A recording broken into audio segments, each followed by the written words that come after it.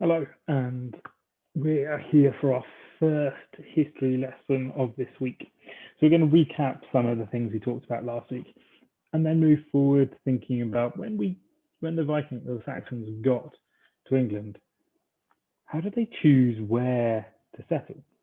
So we're going to think, can I plan where I might settle, considering what the community needs? Let's have a recap first. So after the Romans left Britain, the Anglo-Saxons invaded. Can you remember some of those reasons they chose to come to Britain? Pause now and think about it. Have a go.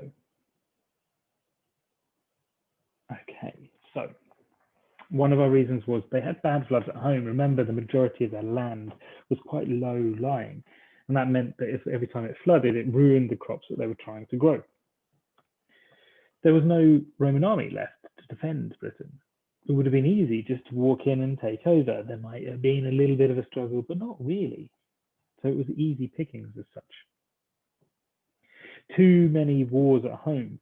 If you've got too many people struggling for the same land and needing the same things, there's going to be those wars that come between them. Much safer to choose somewhere where had more land or wasn't going to have many wars. There wasn't much space left. You couldn't spread out, and that was half the reason for the wars. They were just too close to each other. They knew there was good farmland in Britain, rich, fertile soil in order to grow things on. And the kings in Britain will pay money for the warriors to come over and help them. So not only could they go over there and take the land, which was better, but they might also be paid for it. What a great idea this sounds like. So 3 tribes of Europeans left their homes and headed across the North Sea to Britain.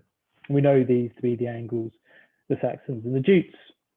And they came across some slightly different areas, Denmark and Germany and the Netherlands.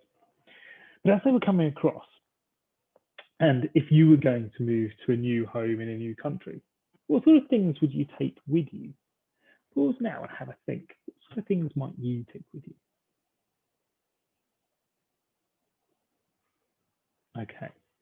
So these are some of the things that you might have decided to take with you. I'm sure there's even more boxes and boxes of stuff for your room, stuff for your parents' room, dishes for the kitchen utensils, stuff for the bathrooms, toys, stuff in your living room. You might even take the sofa, your desk, your computers, all sorts of stuff you take with you.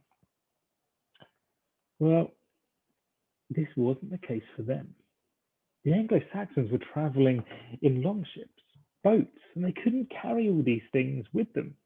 And also, given the fact that they didn't know what they were arriving into, imagine them turning up with all their boxes of stuff that they had to unpack and take to their new places, which weren't even built. They might have to fight for that land. Can you imagine trying to fight for land, carrying all your boxes with you? I doubt your chances would be that great. So what would you bring now if you knew that all you had to do, you might have to fight at the end of it? And in fact, that's probably the way it was going to go. Have a think. What would you take? Well, the sorts of things that they would take. They would definitely have to take food and water for the crossing. And the first day or two, well, the main things they would need to take: weapons and tools.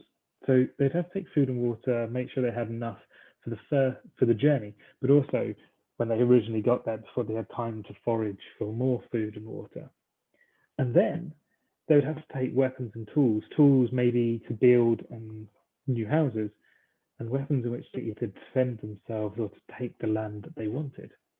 And tools like axes and knives would be used for building, cutting wood, making fires, farming, and hunting. But they would have also carried more traditional weapons, such as shields and swords, and this would have been used to defend the land that they were trying to take, or to take the land that they wanted. And remember, this was different from different times. So very different sort of stuff that you imagine you'd have to take with you on a journey to a new place. But they knew that this was going to be the case. They knew what they were getting into. And then they arrived. And when you arrive, you have to think about where you're going to settle, where you're going to build your home. Now, let's be fair, there aren't all of these different places in Britain. definitely not. But there are quite a few of them. We don't have any rainforests or mesas or oases, but we do have quite a few of these different things.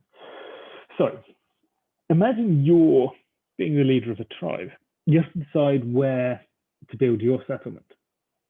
Where would you want to build and why? Have a think. Think about different places. Why might you build in those different areas? Okay, so let's think a little bit. We might build on an island. If we built on an island, it'd be very easy to defend that island from attack. We should be able to see anyone that's coming, so it'd be highly defensible. We might decide to build our homes in a valley and be more protected from the bad weather, those harsh winds and storms that break on the hills around us rather than on our campment. A forest would be good, or near to a forest, because that would provide food, provide wood for building and fuel. And normally there are quite a few animals that live in forests, so you would also get the benefit of there probably being good foraging within the forest. And you don't have to build in a forest, you could just build near to a forest to have those things available to you. You could also build near a river. That means you could easily travel up and down the river for trade and fishing. Maybe near a lake. Lakes provide a great source of fresh water. There's a lot of it there. You could also fish in a lake and use the water for other things. So near a lake might be a good idea. And then you've got the plains. Plains are ideal planting crops and farming, normally near a river, near a floodplain. Great fertile lands that you could use for farming. So where would you choose?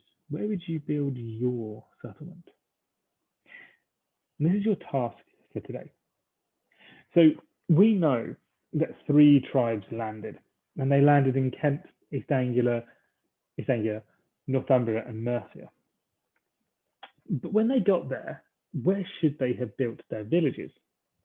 I want you to imagine, get into the frame of mind, you're the leader of your tribe.